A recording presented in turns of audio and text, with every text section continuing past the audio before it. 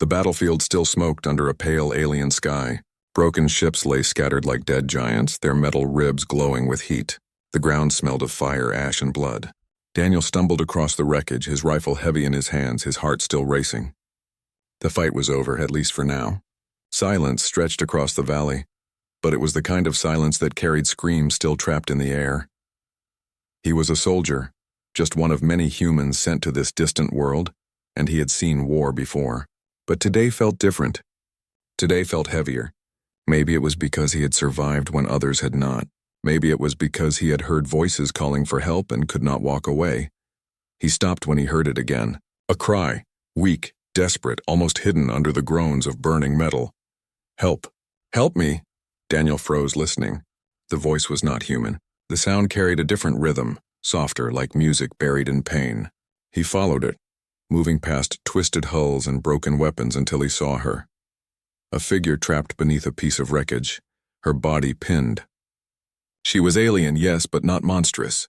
Her skin glowed faintly, pale silver with veins of light running under the surface as though stars lived inside her. Her eyes, though half closed from pain, were large and bright, violet, filled with fear. Daniel dropped his rifle and ran forward. The wreckage was heavy, far too heavy for one man, but he tried anyway. He braced his legs, gripped the jagged edge, and pulled with every ounce of strength he had. Metal groaned, but it refused to move. Sweat poured down his face. She whispered something, her voice trembling. Go. Leave me. The fire will take me soon. No, Daniel shouted, his voice rough. I'm not leaving you here. He tried again, this time planting his shoulder against the metal, teeth clenched, muscles screaming. For a moment he thought he would break, thought his strength would fail. But then the wreck shifted, just an inch, but enough. He shoved harder, veins bulging, pain burning through his arms. And then with a cry, the wreck lifted just enough for her to slide free. She collapsed into the dirt, coughing, gasping. Daniel dropped the metal with a crash and fell to his knees beside her. Without thinking, he reached for her hand. Hold on, I've got you, he said. Her hand was smaller than his, delicate but warm. She clutched him tightly, as though his grip was the only thing keeping her alive. For a heartbeat, their eyes locked. Something passed between them, fear, relief, and something deeper, something Daniel could not name. Then it happened. Her eyes widened, not just in relief, but in shock. Her lips parted and her whole body trembled. You, she whispered. You have claimed me. Daniel blinked. What? No, I just pulled you out. That's all.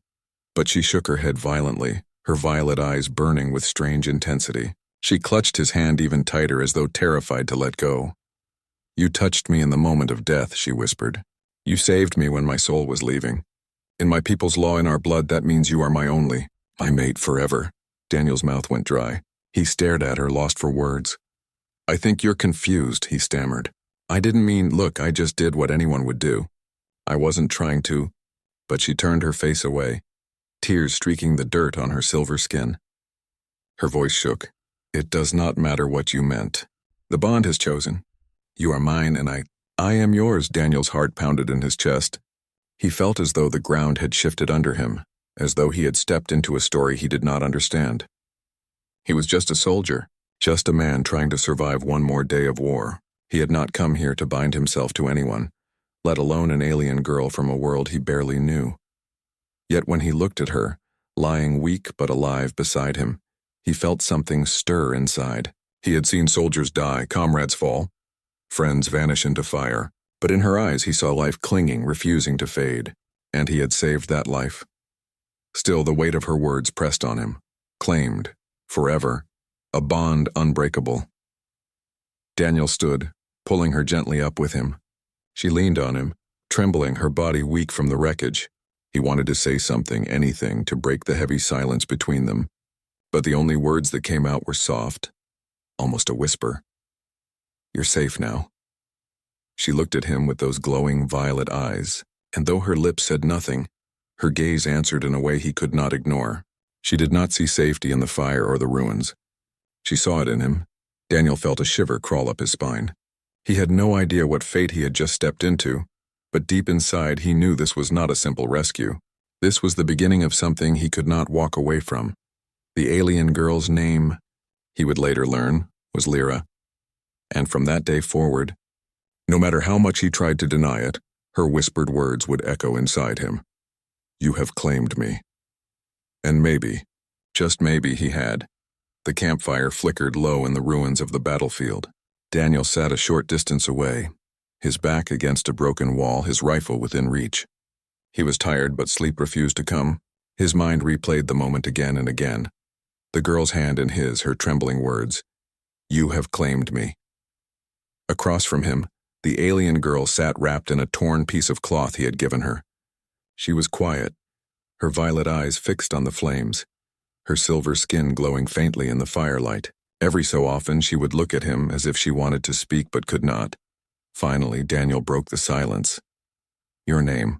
I never asked it. She lifted her head slowly as if surprised by the question. Lyra, she said, her voice soft, almost musical. Daniel nodded. I'm Daniel. For a moment their eyes met and then silence fell again. He could not take it anymore. He needed answers. What did you mean earlier? He asked. When you said I claimed you, that I'm your mate. That doesn't make sense. Lyra's lips pressed together. She seemed torn between speaking and staying silent. Finally, she drew a deep breath as if bracing herself.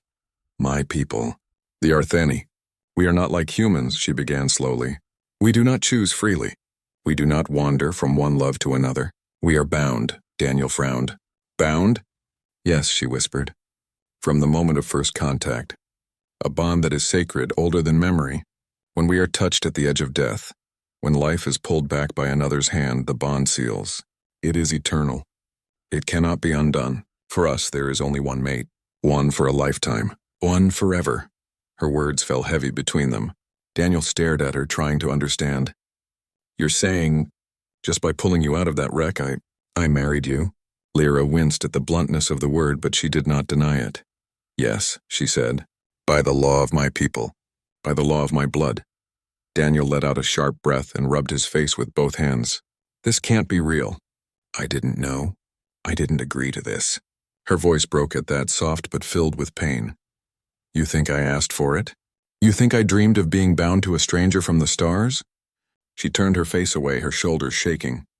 I had hopes. I had a family, a path, and now, all is changed. Because you touched me. Daniel's chest tightened at the sight of her tears. He hadn't wanted this, hadn't meant for it to happen. He was just a soldier trying to save a life. Yet, in saving her, he had changed her fate. Lyra, he said quietly, I didn't mean to hurt you. I was just trying to help. Her eyes glistened as she turned back to him. You did save me, she admitted, and for that I am grateful.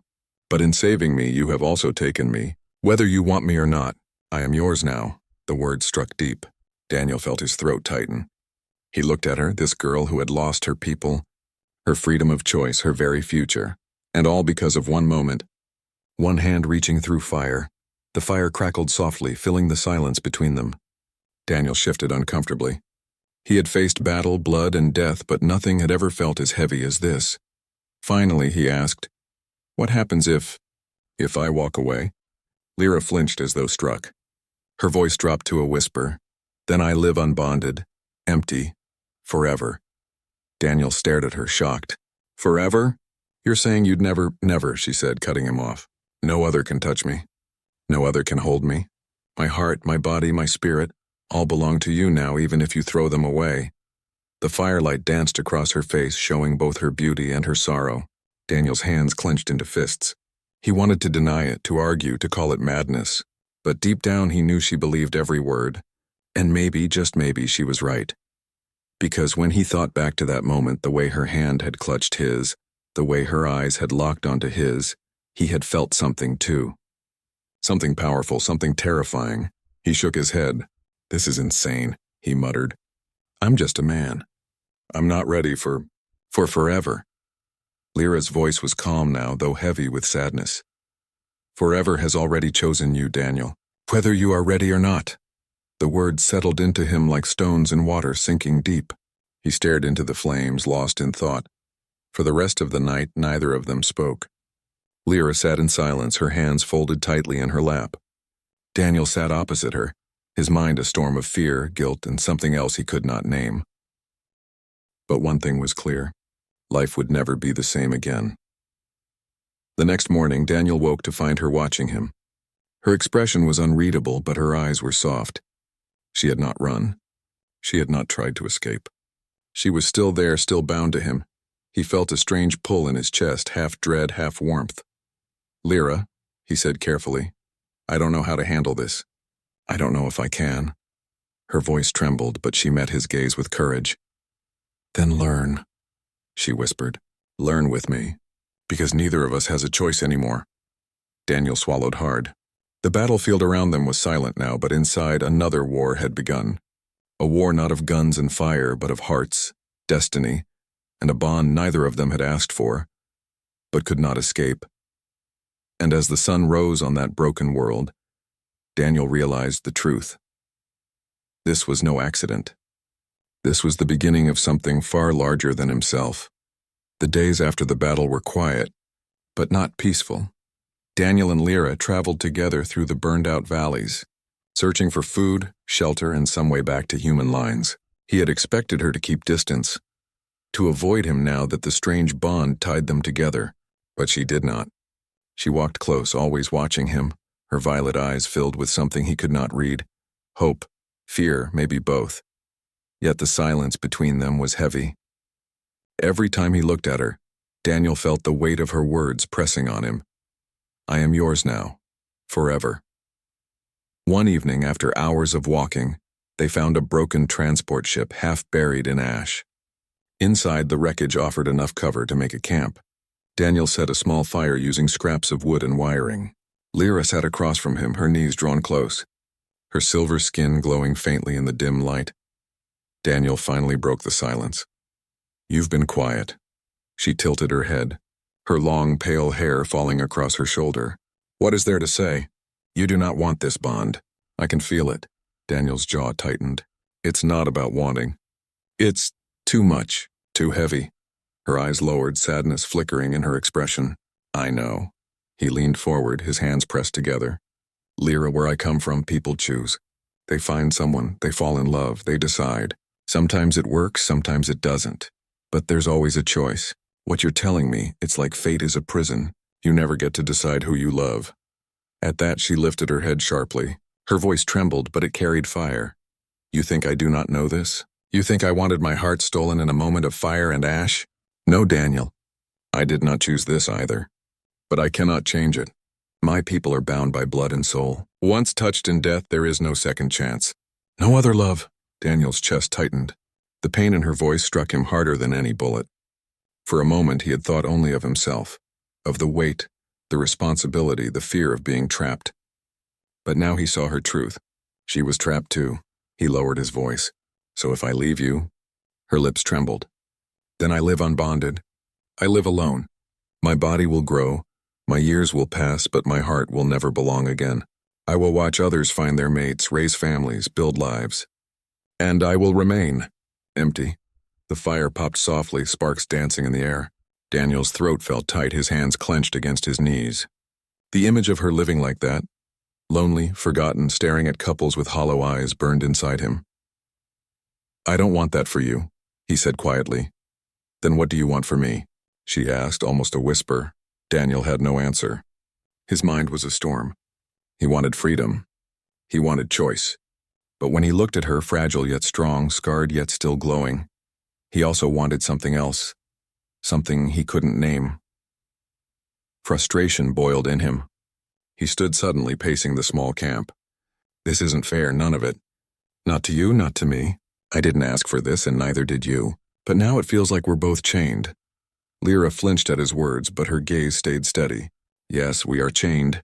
But sometimes chains can hold two souls together until they learn to walk as one." Her words pierced him, soft but sharp. Daniel ran a hand through his hair, breathing hard. "You talk like this is destiny. Maybe it is," she whispered. "Or maybe it is just pain. But I know one thing, if you hate me, I will feel it. If you despise this bond, I will carry that weight every day until I die." Her voice cracked then, her hands trembling in her lap. Tears gathered in her violet eyes. "Please, Daniel. If nothing else, do not hate me." The sight broke him. All his anger drained into sorrow.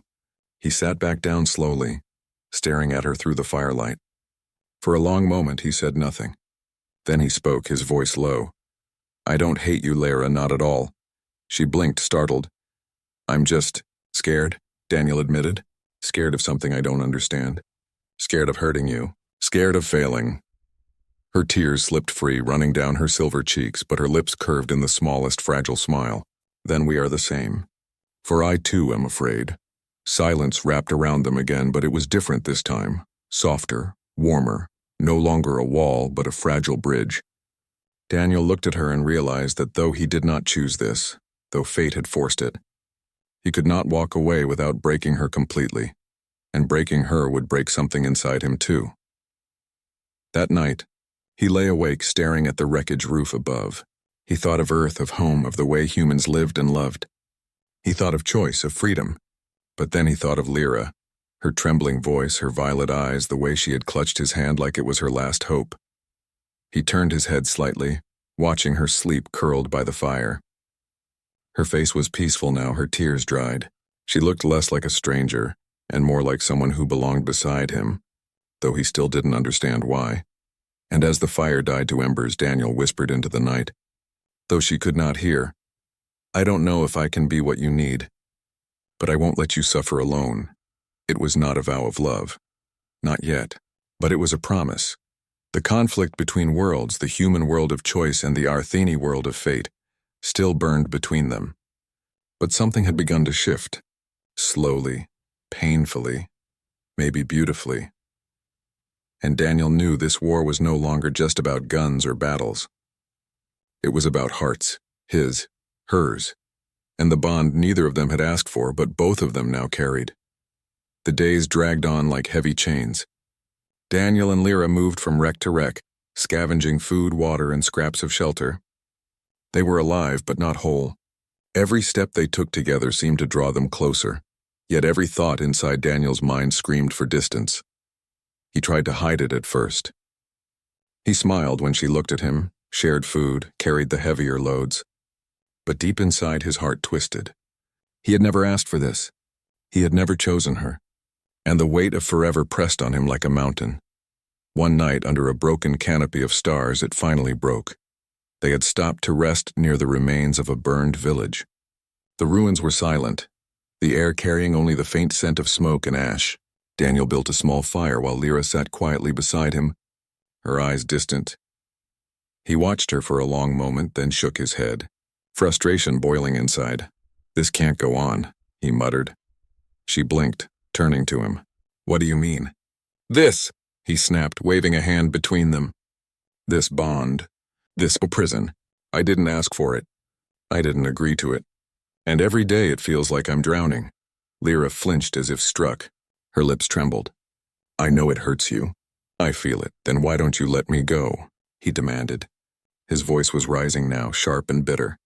Why can't your people understand that I didn't choose this? I'm just a soldier who tried to save someone's life. That doesn't mean I wanted to be chained for the rest of mine. Her violet eyes shimmered with tears, but she lifted her chin with a fragile kind of pride. Do you think I wanted this? Do you think I dreamed of being bound to a stranger, of losing my family, my people, my freedom? No, Daniel. I did not. Then why? Because it is our way, she cried, her voice cracking. Because the bond does not ask permission. It does not care for your choice or mine. It simply takes, it binds. And now I am yours, whether you want me or not. Her tears spilled then, streaking her silver cheeks. Do you think I am happy to give my heart to a man who looks at me like I am a cage? Do you think it does not kill me every time you pull away? Daniel froze, her words stabbing deeper than any blade. His anger faltered, replaced by guilt. He had thought only of himself, of his fear and suffocation. But in his blindness, he had not seen her pain. She was not just a stranger tied to him. She was a girl broken by fate, carrying the same chains he carried. Lyra, he whispered, but she shook her head, sobbing. No, do not speak. You are right. You did not choose me, and now you hate me for what I cannot change. Her shoulders trembled as she turned away from him, curling into herself like a wounded child. Daniel's chest ached at the sight. His anger had burned, but it left only ashes and shame behind. He stood, pacing in the dark, running his hands through his hair. He wanted to scream, to fight, to break free from the invisible chains around his heart. But every time he looked at her, small and shaking by the fire, he felt those chains tighten in another way. Not as a prison, but as a tether. A bond. He remembered her face when he had pulled her from the wreck, the way she had clung to him, eyes wide with fear but also with trust. In that moment she had given him everything, her life, her fate, her heart. And he had not asked, but he had taken it. Now seeing her tears, he realized something terrifying. If he walked away, she would not just be alone. She would be destroyed. Slowly he sat back down beside her. His voice was softer now, broken. "I don't hate you." She turned her head slightly, eyes red with tears. "I'm angry," he admitted. "Not at you. At fate, at the universe for chaining us like this. But I don't hate you, Lyra. I could never hate you."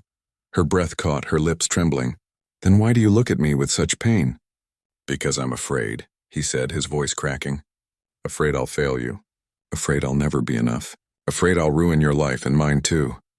For a long moment, silence hung between them. The fire crackled softly, the night winds whispering over the ruins. Then Lyra moved slowly, carefully. She reached out, her trembling hand brushing against his. "Then be afraid with me," she whispered, "because I am afraid too. But I would rather face fear at your side than face eternity alone." Daniel's chest tightened, his eyes stinging. He turned his hand, gripping hers gently, firmly. Her fingers clung to his like before, but this time it was not desperation. It was hope. Fragile, trembling, but real. He sighed deeply, leaning back against the broken wall, still holding her hand. "I don't know how to do this, Lyra. I don't know how to carry something this heavy." Her eyes softened, glowing faintly in the firelight. "Then we carry it together." For the first time since the bond had begun, Daniel felt something shift inside him. The chains still weighed heavy, but they no longer cut as deep. And when he looked at Lyra, he did not see a prison anymore. He saw a girl who was just as lost, just as scared, but still holding on. That night, as the fire faded to embers, they sat together in silence, their hands still entwined. Not as strangers, not yet as lovers, but as two souls bound by fate, beginning to understand that maybe the bond was not only pain. Maybe, just maybe, it could be the beginning of something else. The ruins gave way to wide valleys of gray stone. The fires of battle were behind them now, though smoke still rose faintly in the distance. Daniel and Lyra walked side by side, their steps slow but steady. For the first time since the bond, Daniel did not pull away when her shoulder brushed his. He didn't hold back when her hand lingered close to his. He was beginning to understand something he had resisted until now. The bond wasn't going away. It was carved into both of them, as real as breath. Fighting it only brought pain, to her and to himself. And though he had once feared it, Daniel now saw the truth. She had not asked for this any more than he had. Yet here she was, walking beside him, fragile but strong, offering him pieces of herself he did not deserve. That night, they stopped in a small cave carved into the valley wall. The air inside was cool, carrying the scent of stone. Daniel built a fire at the mouth of the cave while Lyra arranged the blankets of cloth they had scavenged. When the flames rose, their light painted her skin with a warm glow. Daniel sat across from her, staring into the fire, his thoughts heavy. Finally, he spoke. "Lyra, I've been thinking." She looked up, her violet eyes catching the light. "About what?" He hesitated, searching for the right words. "About us. About the bond." Her body stiffened, her hands clutching the fabric in her lap. Fear flashed across her face. "You wish to break it?" Daniel shook his head quickly. "No, I know now it can't be broken. And I wouldn't want to. Not anymore." Her lips parted slightly, surprise softening her expression. You would not?" Daniel exhaled, his voice steady. "I didn't choose this, Lyra. Neither of us did. But I did choose that day to reach for you, to pull you from the fire. And maybe that was the choice that mattered. Maybe that was the moment everything began." Her eyes shone, tears gathering. She whispered, "You mean, you accept me?" Daniel leaned forward, his voice low but firm. "Yes, I accept you. I accept this bond. I don't know how to be the mate you deserve, and I will probably stumble. But I will not leave you. I will not let you carry this alone." Her tears spilled then, but this time they were not of sorrow. They glistened like stars as she smiled, trembling. She reached across the fire, her hand shaking. "Daniel." He reached back, his hand closing over hers, strong and steady. Their fingers entwined, and in that moment the bond no longer felt like chains. It felt like a thread of light connecting them heart to heart. Lyra's voice was soft, filled with awe. The bond burns brighter now. Do you feel it? Daniel closed his eyes. He did. It was a strange warmth deep inside, as if her heartbeat echoed in his chest, as if their souls had brushed against each other. It scared him, but it also gave him a kind of peace he had not known in years. The next days felt different. Where there had once been silence, there was laughter.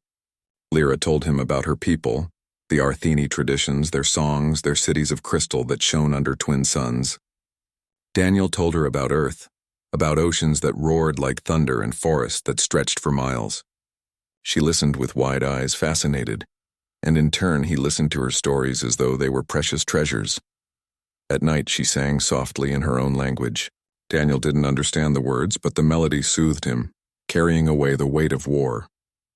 He found himself watching her not as a burden, but as a miracle.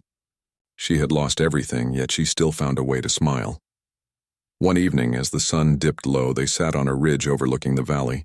The wind carried their hair gently and the sky burned gold. Back on Earth, Daniel said, we have a saying, love is a choice. Lyra tilted her head, curious.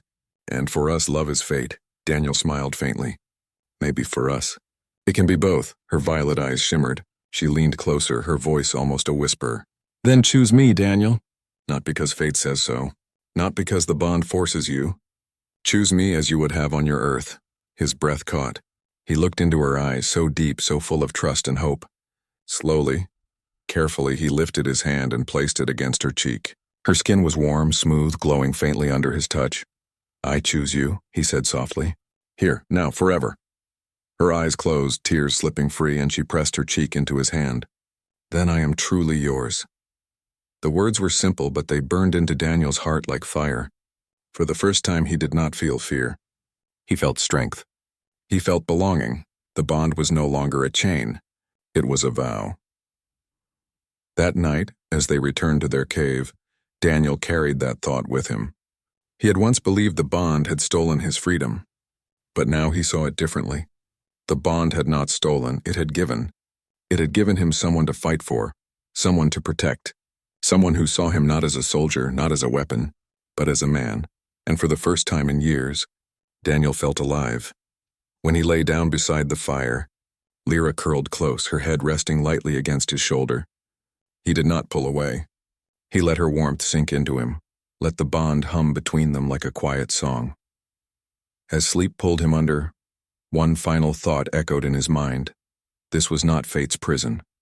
This was fate's gift. The path wound deeper into the valley and beyond until mountains rose before them like jagged teeth.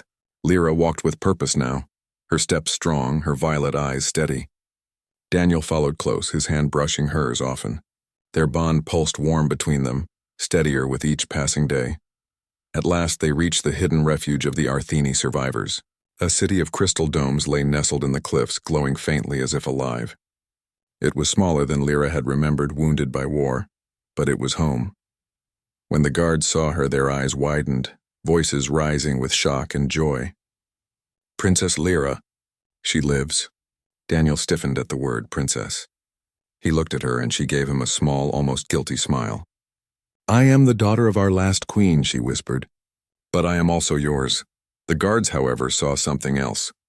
Their eyes shifted to Daniel, hardening like stone. One of them spoke sharply.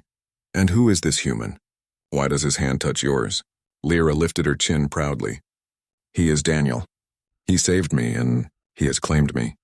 A silence fell heavy as steel, then whispers rippled among them like fire. Claiming was sacred to the Artheni. It was not a word to use lightly.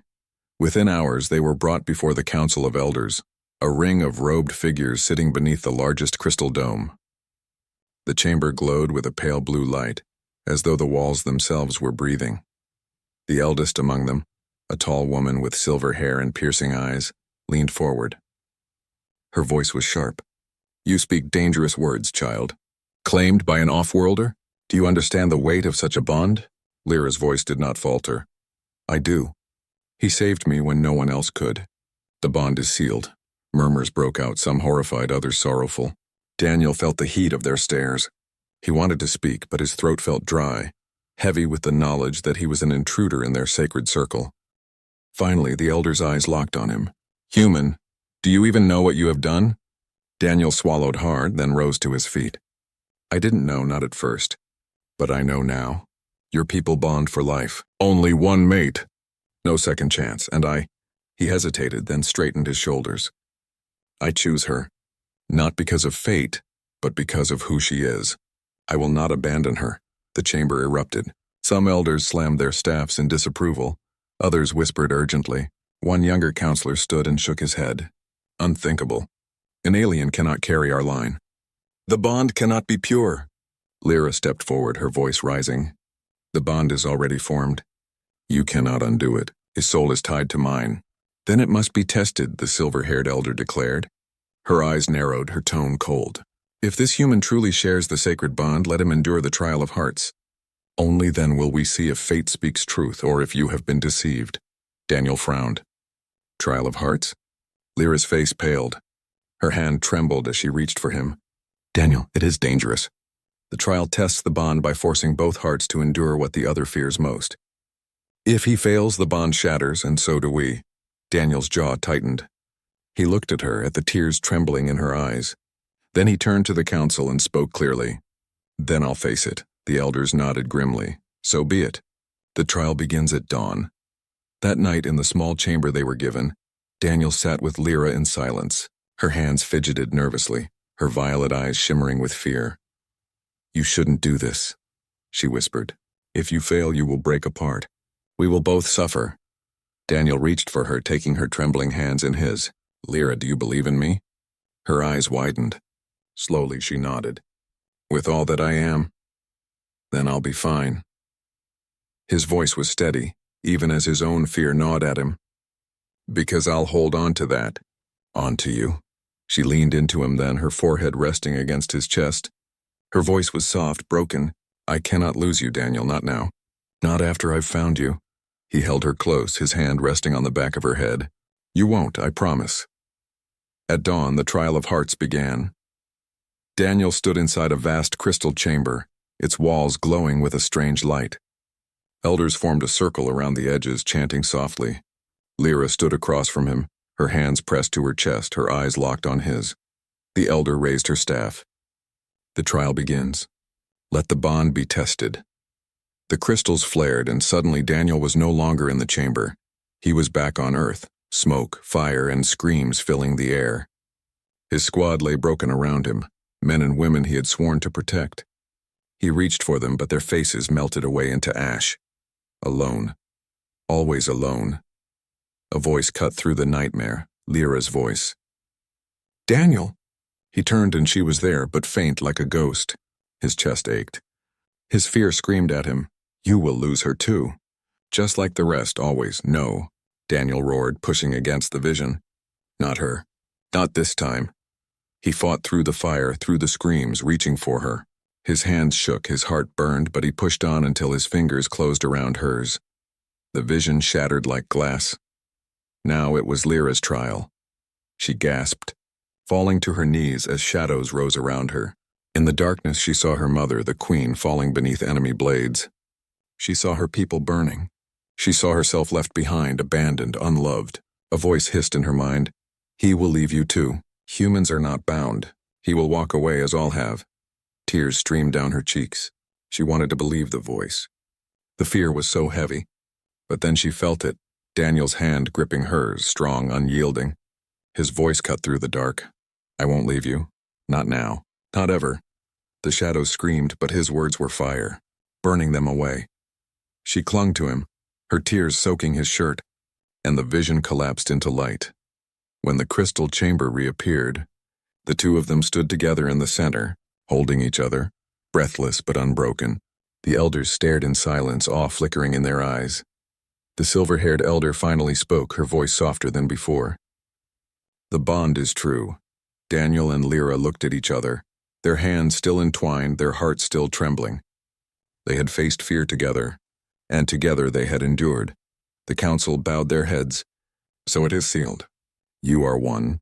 And for the first time, Daniel felt not like an outsider, but as if he truly belonged, not just to Lyra, but to her people, to a future he had never imagined. The chamber was silent after the trial, But the silence was no longer heavy with doubt.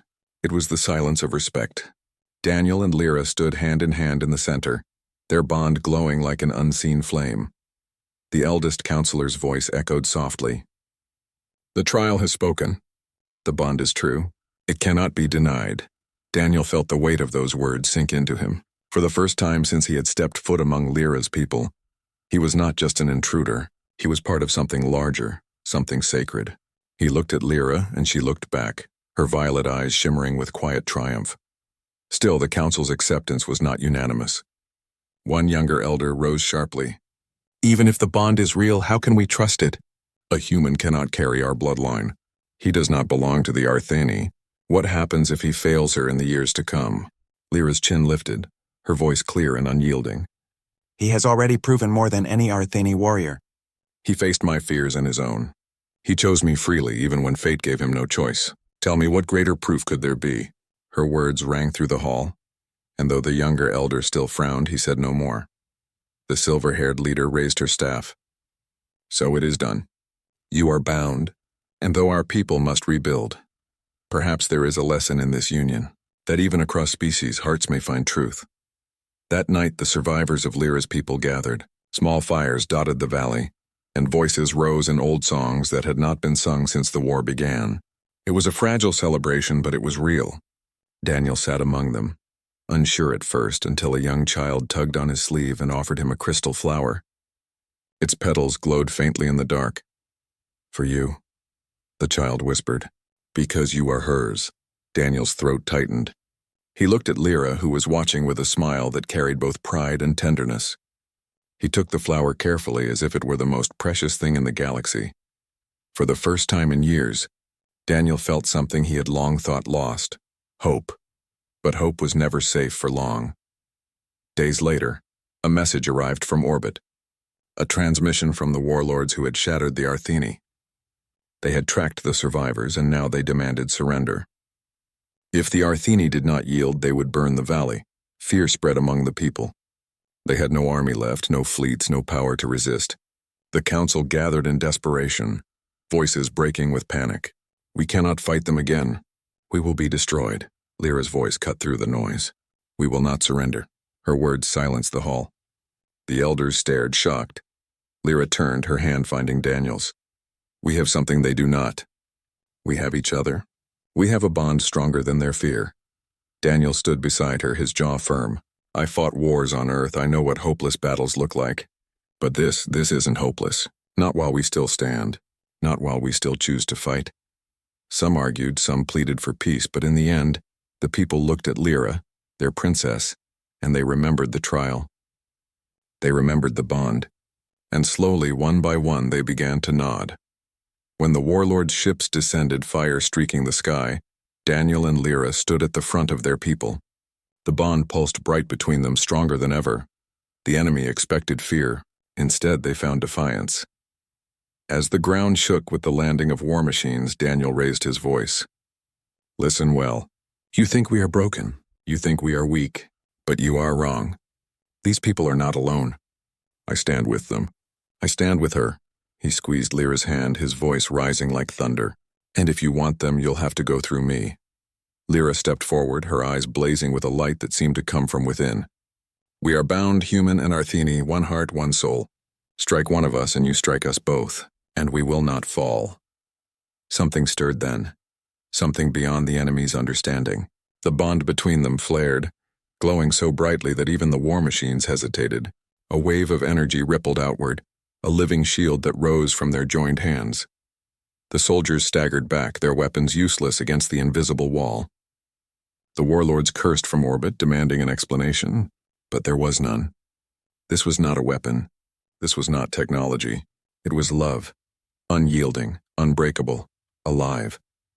The people of the valley raised their voices in awe. The Arthani sang their ancient songs, their spirits ignited by the sight. The bond between Daniel and Lyra spread courage through every heart. The invaders faltered. They had faced armies and fleets, but they had never faced this. Two souls standing as one, burning brighter than fear. And at last they withdrew. When the skies cleared, when silence returned, Daniel and Lyra stood together, their hands still entwined, Their people rushed forward, tears and laughter mixing. For the first time, the survivors looked not just to Lyra as their princess, but to Daniel as one of their own. Later, as the stars spread across the night sky, Daniel and Lyra stood apart from the crowd. She leaned into him, her head against his shoulder. "You saved them," she whispered. He shook his head. "We saved them, together." She looked up at him then, her eyes soft but fierce. "Do you see now, Daniel? The bond,